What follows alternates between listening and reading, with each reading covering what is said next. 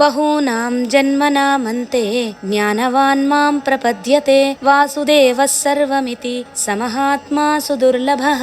జ్ఞాని కావాలంటే ఒక్క జన్మ సరిపోదు, ఎన్నో జన్మల తర్వాత గాని జ్ఞాని కాలేడు. అటువంటి జ్ఞానికి ఈ ప్రపంచమంతా వాసుదేవమయం అవుతుంది. అలాంటి వాళ్ళు చాలా దుర్లభం. ఇక్కడ మనకు ఒక సందేహం వస్తుంది, అబ్బో ఎన్ని జన్మల తర్వాత వచ్చే ముక్తి కోసం ఇప్పటి నుండే తాపత్రయపడడం ఎందుకు దండగా అని చేతులు ముడుచుకొని కూర్చోకూడదు. ఎందుకంటే ఎప్పుడో 21 ఏళ్ల తర్వాత వచ్చే ఇంజనీరింగ్ డిగ్రీ కోసం ఇప్పటి నుంచే ఏబిసిడీలు మొదలు పెడుతున్నాం కదా, అలానే ఇక్కడ కూడా అనుకోవాలి. ఇప్పటి వరకు ఎన్ని జన్మలు గడిచిపోయాయో ఏమో, ఇదే ఆఖరి జన్మేమో. కాబట్టి ఇప్పుడే ఈ రోజు నుండే ప్రయత్నం మొదలు పెట్టాలి. సరే ప్రయత్నం చేశాము, మరి మనకు జ్ఞానం వచ్చిందా లేదా అది ఎలా తెలుస్తుంది?